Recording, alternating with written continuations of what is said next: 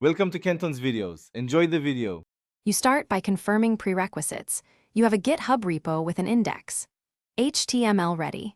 Initialize Git locally, add files, and commit, then push to the remote branch you plan to publish from. Once pushed, make sure the branch is named main or GH pages, or place site files into a /docs folder on main. You act now, create clear commits so pages can detect your site. This immediate setup avoids later branch confusion and speeds the publishing step. Next, you enable GitHub pages in the repository settings and pick the exact source branch and folder. Choose main with /root or /docs, or pick GH pages as the publishing branch. This choice tells GitHub which files to serve. Once selected, save and trigger the build. Make sure to watch the build status. If it fails, the Actions tab shows logs. Remember why? Pages converts your branch into a hosted site, so selecting the correct source is the decisive middle step.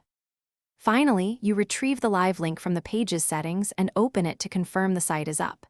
If it's not live, force a rebuild by pushing an empty commit or updating a file and pushing again.